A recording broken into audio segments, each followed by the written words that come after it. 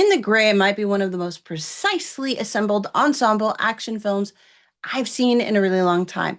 But where is the line between great action and great storytelling? Director Guy Ritchie poses just that question precisely with his new film starring Jake Gyllenhaal, Henry Cavill, and Eiza Gonzalez. The basic premise here centers around a team of elite operatives who work in the shadows of society and business. When Salazar, this ruthless despot, steals basically $1 billion loan from a bank ridiculous enough to lend it to him, Rachel's team is hired to take it back in a complex heist that involves a carefully planned and choreographed mix of legal maneuvering, intimidation, hacking strategy, and you guessed it, brute force. Sounds exciting. So let's dig in to see if this film is all it's cracked up to be and if it's worth your time and money for a ticket. Be sure to give this review a thumbs up and subscribe for more videos and be part of the discussion below. All right, so In the Gray sets up what is essentially a fascinating long-form procedural detailing every step of the mission and seeing how this team plans and prepares for every scenario to near perfect mechanical precision. It's a bit exhausting in its precision, my favorite word for this film, but the occasional humor does lighten the mood. You can feel Guy Ritchie's fingerprints on every scene, every discussion, and every twist and turn that this story takes. We get a solid setup for the problem and the increasingly complex confrontations that build momentum through careful timing and rhythm. Scenes snap together cleanly and information flows quickly. The film is in constant motion and never taking a break to let you catch your breath.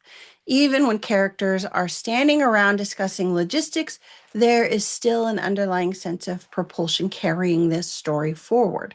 The cinematography is slick without becoming distracting. The pacing rarely drags, and the action scenes are cleanly staged and easy to follow. If anything, the pacing is just a little bit too fast, zipping around from moment to moment, never allowing for the payoff to settle and for the characters to experience the moments right after a high energy sequence ends. The operational details are handled with so much confidence that the movie convincingly creates this illusion that every contingency has been considered before it happens. This team literally has plan A through Z in their playbook and they know how to use it. In many ways, In the Gray feels like watching a perfectly calibrated machine operate exactly as intended. Unfortunately, that same precision is also what slowly drains the tension out of the movie despite the action.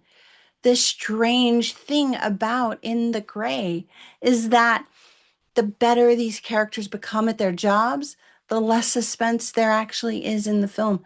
Everything unfolds so smoothly and so efficiently that I am never worried about any of the lead characters because I never believe they were in danger.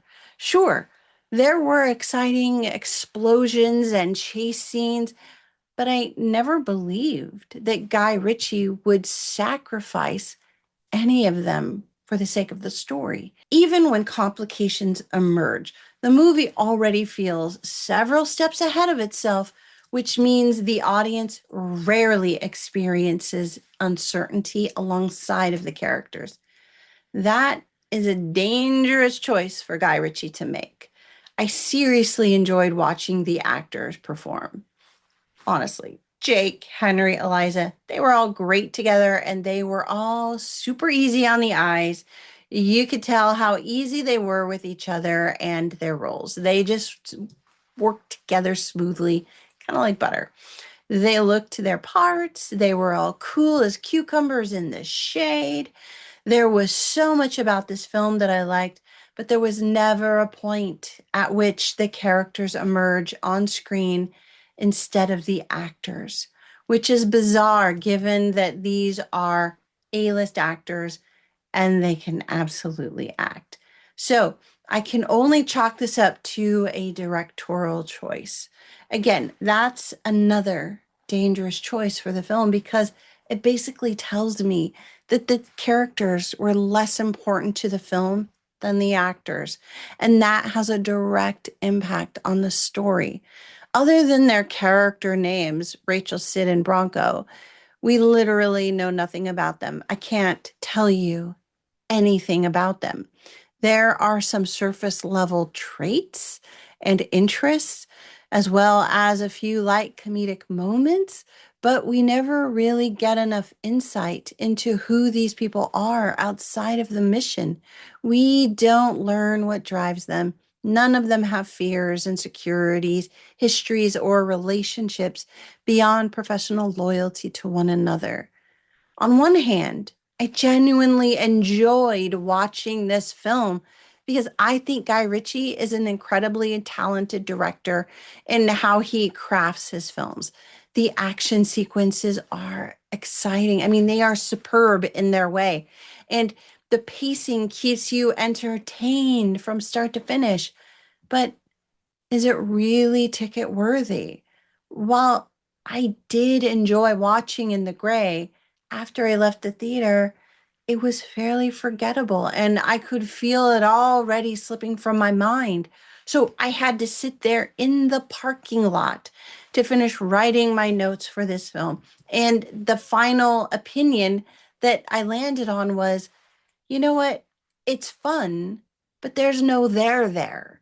I am not entirely comfortable recommending this film because of that, especially if you are paying full price, because I just don't think there's enough story in this film to satisfy most people beyond the slick action scenes and exciting turns. If you are okay with that and just want to sit back in the theater, let your brain relax and watch some highly watchable actors on screen doing exciting things with explosions and chases, I think you will enjoy this film. If that's not your kind of film or that's not your cup of tea, if you need more context or depth for your characters, you might just wait for this one on streaming. It's right on the border there.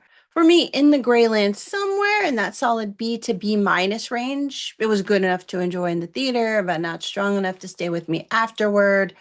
All right, that's it from me. Have you seen it? So, what did you think of In the Gray? Let me know in the comments or tell me which heist film is your favorite because I know you have one. Please give this review a thumbs up and subscribe for more reviews and discussions. And why not check out one of these other reviews while you're here? Thanks so much, everybody. I will see you all again soon. In the meantime, happy viewing. Bye for now.